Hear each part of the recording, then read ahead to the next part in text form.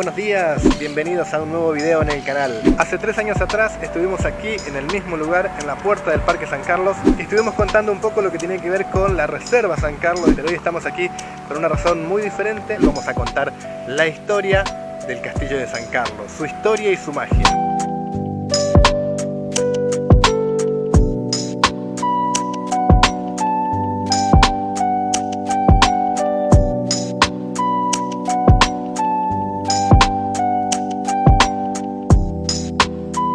Bueno, así está la cosa.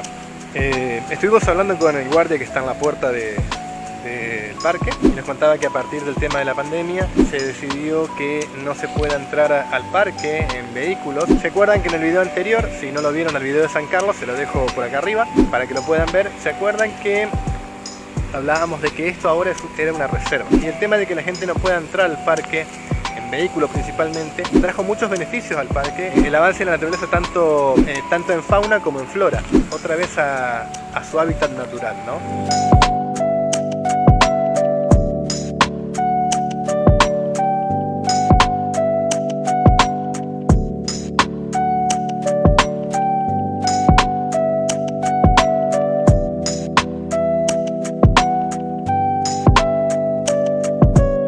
Estamos parados frente al mejorado monumento a José Hernández. En el video anterior hicimos algunas tomas del monumento, pero no salieron, por alguna razón no se grabaron. Pero sí, estuvimos en esta lomada haciendo algunas tomas, puesto en valor hace muy poquito, en noviembre del 2021, a José Hernández.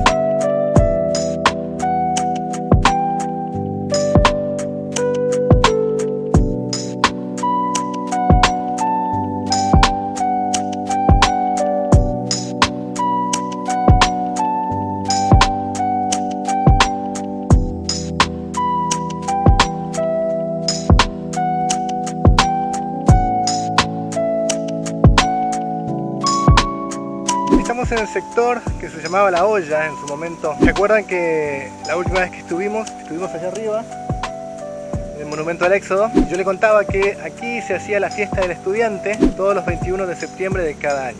Esto no se hace más porque ahora es una reserva y se evita el tema del ruido y del amontonamiento masivo de gente. Entonces a esto solamente le quedó el nombre de La Olla. Los estudiantes de Concordia se acordarán de esto.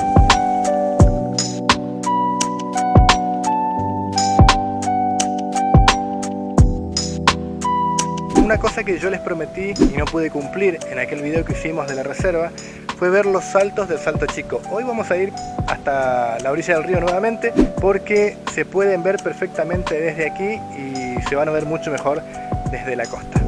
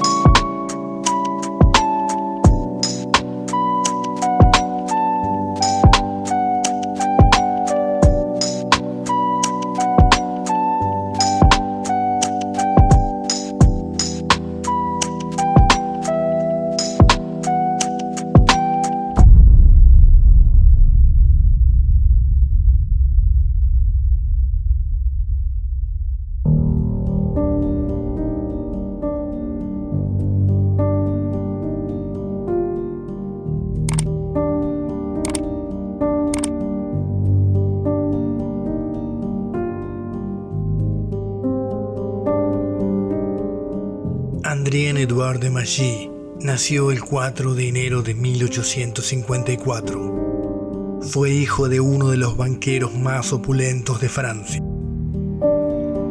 En algún punto de la década de 1880, y contra la voluntad de su padre, contrae matrimonio con Antoinette Jollandier de Corbière, quien nació un 10 de septiembre de 1859.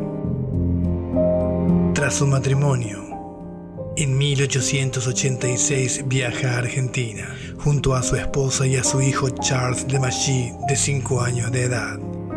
con la intención de hacerse cargo del negocio familiar, en virtud de una sociedad celebrada entre inversores franceses, holandeses y locales. Pero en realidad se dice que fue enviado a estos parajes por su familia conservadora y de muy alta reputación para evitar la vergüenza pública, ya que Edouard se había casado con una actriz y bailarina, y eso estaba muy mal visto en ese entonces. Una vez aquí, y mientras buscaban un lugar para construir su casa, se hospedaron en el Hotel Colón, frente a la Plaza 25 de Mayo, en el centro de la ciudad de Concordia. Y en ese entonces, Edouard era conocido y tratado como Conde de Mailly, aunque en realidad no poseía título de nobleza alguno.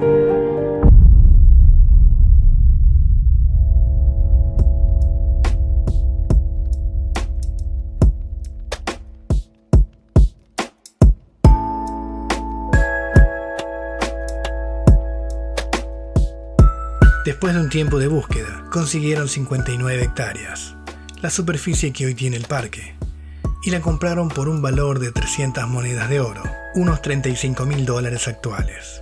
Como anécdota chistosa del video, fui a sacar la entrada, la boletera no tenía cambio, no tenía ningún billete de 50, entonces me cobró como jubilado. Estoy lejos todavía de la jubilación, pero bueno. Para la construcción de la casa, se eligió la lomada más alta del predio y la segunda más alta de toda la ciudad, a unos 45 metros sobre el nivel del mar.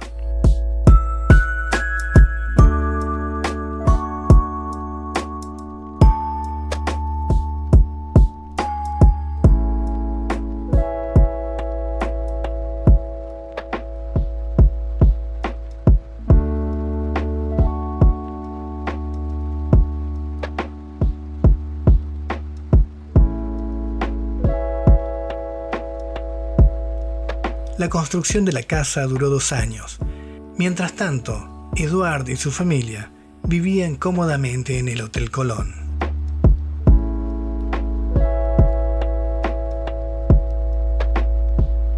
La casa contaba con 27 ambientes, 1.200 metros cuadrados cubiertos, y al contrario de lo que parece, no es una casa de 2 pisos, sino que se mandó a socavar la lomada y se construyó como una casa de una sola planta con un subsuelo semienterrado.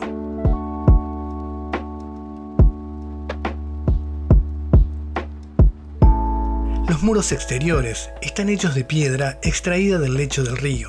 La arena está sacada del parque, el ladrillo y la cal traídos de la zona, pero el cemento era importado de Europa. Cabe destacar que la casa está asentada en cemento, cuando la mayoría de las casas de la época se asentaban en barro. Aquí en el portón de entrada podemos ver las iniciales del primer dueño de la casa, Edouard de Mailly, así como también podemos ver en la otra hoja el año en que se terminó de construir esta casa, 1888.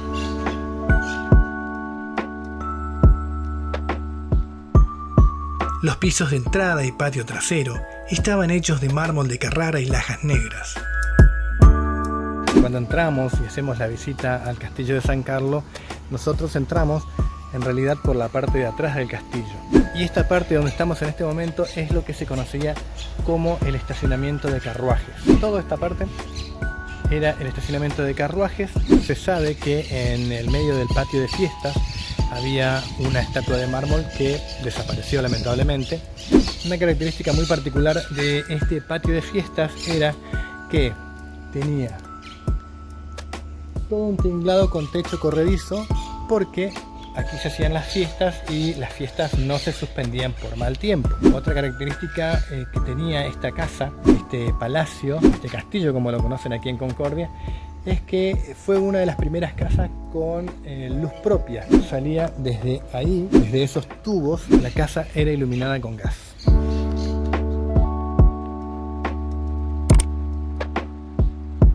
Las paredes estaban revocadas y revestidas con telas aterciopeladas en rojo y azul.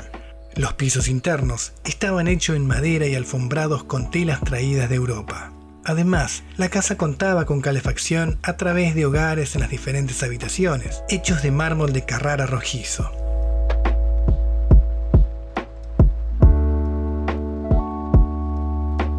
La cocina estaba ubicada a 260 metros de la casa, en lo que es hoy el Jardín Botánico.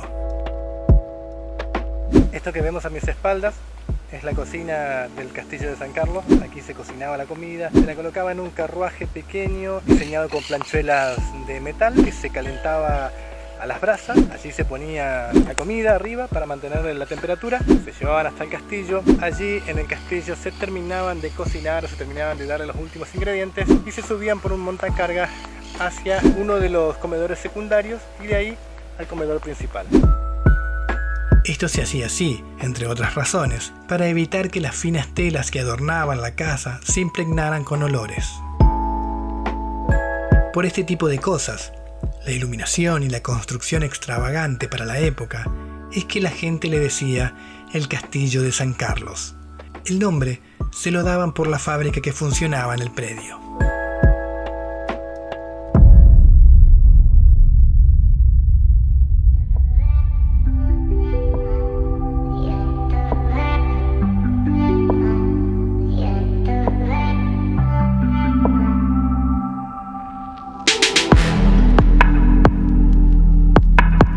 La casa estuvo terminada para 1888, cuando Edward se muda con su familia, pero increíblemente solo viven allí 3 años. Para 1891, la fábrica tiene un golpe financiero que obliga a Edward a pedir 2 préstamos, uno al banco hipotecario y el otro al Banco Popular, dejando como garantías los terrenos en uno y la casa en el otro, por la cual también pide un préstamo hipotecario. Una vez que contó con todo el dinero, entre fines de 1891 y principios de 1892, de un día para el otro, tanto él como su familia partieron con rumbo incierto, dejando la casa y los terrenos con todos sus mobiliarios y lujos para nunca más volver. Desde entonces, su destino había sido incierto para la sociedad concordiense, hasta que en el año 2013 se supo que volvió a Francia y que estuvo allí al cuidado de sus hermanos a cambio de su silencio. Ese año se encontraron las tumbas de los 3 integrantes de la familia en el cementerio de Père-Lachaise, uno de los más grandes de París.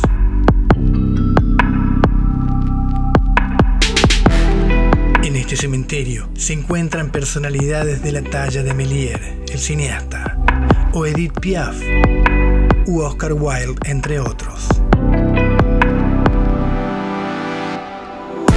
Las fechas anotadas en sus lápidas dicen que Edward falleció un 19 de octubre de 1927 y que Antoniette falleció un 29 de marzo de 1926.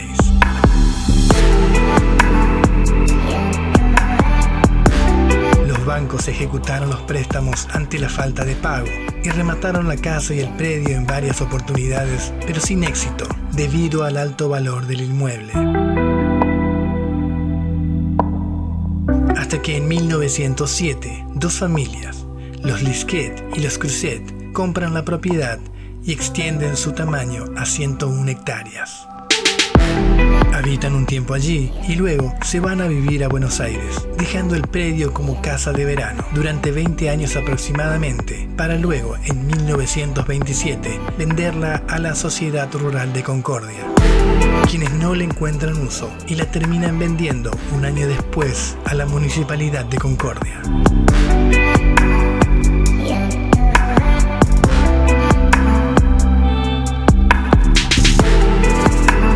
Esta abre el predio al público en general, pero pone la casa en alquiler. En 1929 se firma un contrato de alquiler a una familia francesa, los Fauchelevent, un matrimonio con 3 hijos, Mario de 19, Eda de 9 y Susan de 14.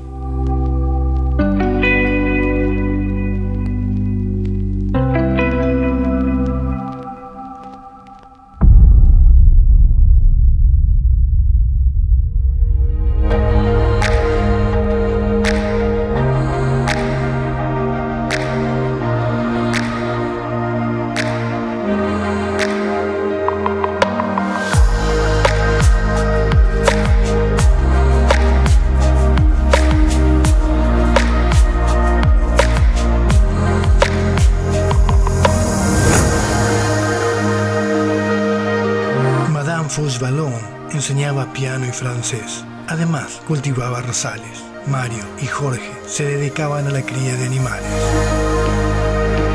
Eda y Susan gustaban de estar en contacto con la naturaleza y domesticar animales. Una tarde de 1929, buscando la mejor ruta para cubrir la línea aeropostal a Asunción del Paraguay, un avión sobrevolaba la zona y por un desperfecto tuvo que hacer un aterrizaje de emergencia en un terreno próximo a San Carlos. Allá a lo lejos se ve un tanque de agua que es de un barrio de aquí de Concordia, se llama La Bianca. La primera vez que llegó Antoine de Saint-Exupéry, bajó su avioneta en ese campo y es donde tuvo su primer encuentro con las hijas de la familia Fouchevallon. Eda y Susan ven lo que pasa y su padre les pide que vayan en sus caballos hasta el lugar del aterrizaje. Cuando llegan, ven que la avioneta tiene un eje del tren de aterrizaje roto, atorado en una vizcachera. Creyendo que el piloto no les entendería, se burlan en francés. Para sorpresa de las niñas, el piloto era francés y les contesta que no era ningún bruto, sino que desde el cielo no se veían los desniveles del terreno. Al ver que sus hijas se demoraban, el padre decide bajar en su forá a buscar al piloto. ¿Quién era este huésped inesperado? Ni más ni menos que Antoine Jean-Baptiste Marie Roger de Saint-Exupéry, quien en ese entonces trabajaba como cartógrafo y estaba trazando una nueva ruta aeropostal entre Buenos Aires y Paraguay. Entre tantas historias que tiene este castillo, también existe la de la visita de Antoine de Saint-Exupéry, confirmada por la Embajada de Francia en el año 1966, quienes vinieron a Concordia para corroborar esta historia, para corroborar si era cierto que Antoine había estado aquí, porque este lugar se considera como la cuna del Principito, o sea que se cree, o hay evidencias en los escritos de Antoine de Saint-Exupéry, que él se inspiró en este lugar para escribir su más afamado libro El Principito, así como también otros artículos como Las Princesitas Argentinas o Tierra de Hombres. Y esto quedó confirmado por la Embajada de Francia al poner aquí esta placa en conmemoración a este encuentro en el año 1966. Varios eruditos de la literatura de Saint-Exupéry sostienen que su estadía en esta casa sirvió de inspiración para el capítulo Oasis en su libro Tierra de Hombres de 1939, donde el autor esboza la idea primaria de lo que algunos años más tarde sería su obra más trascendental y la más vendida en todo el mundo después de la Biblia, El Principito, de 1943. Algunas de las anécdotas de Antoine son el testimonio de ello. Cuando solía sentarse en la sala principal a escuchar a Madame Fouchevallon mientras ella tocaba el piano, y luego la acompañaba cuando ésta salía a regar los rosales que rodeaban la casa. La personalidad de Eda y de Susan, el estilo de vida de la familia, el cautivante entorno natural y el encanto de la peculiar mansión lo llevarían a escribir en una prestigiosa revista de París, en 1931, el artículo Las Princesitas Argentinas, y además lo llevaron a visitar el lugar en más de una ocasión. Cuando estalló la Segunda Guerra Mundial, Antoine se enlista como piloto de reconocimiento para las filas aliadas.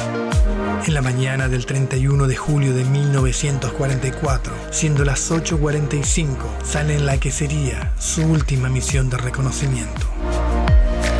Nada más se supo del poeta, piloto y escritor francés hasta 1998, cuando fue encontrado por un pescador al suroeste de Marsella una pulsera de plata con su nombre inscripto. Y en el año 2000 fue hallado en el fondo del mar, en ese mismo lugar, el avión de Antoine de Saint-Exupéry. Estos restos se encuentran hoy en el Museo del Aire y el Espacio, en Le Bourget.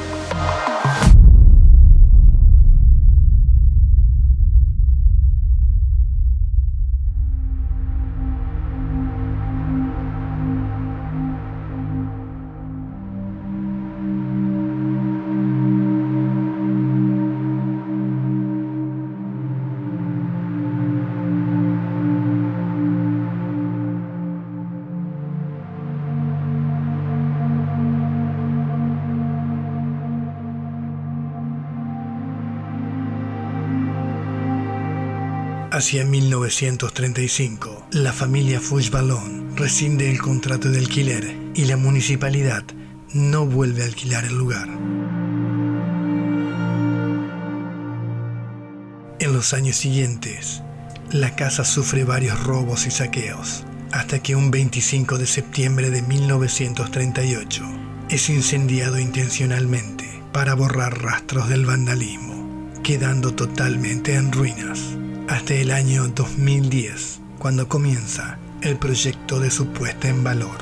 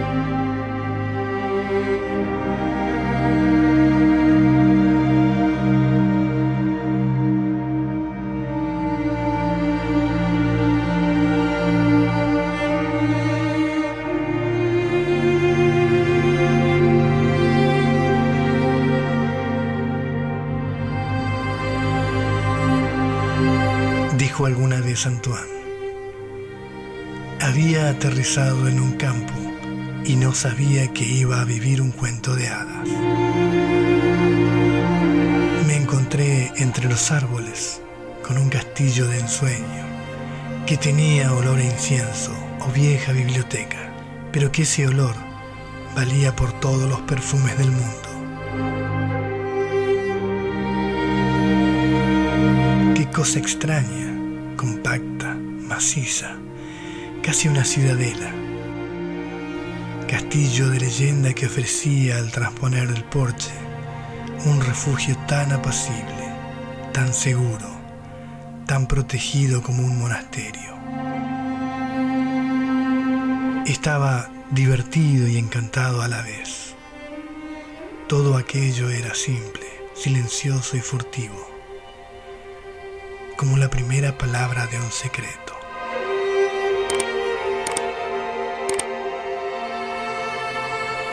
Al penetrar en la vivienda, pude advertir el estado ruinoso de la construcción, aunque todo estaba pulcro, encerado y brillante.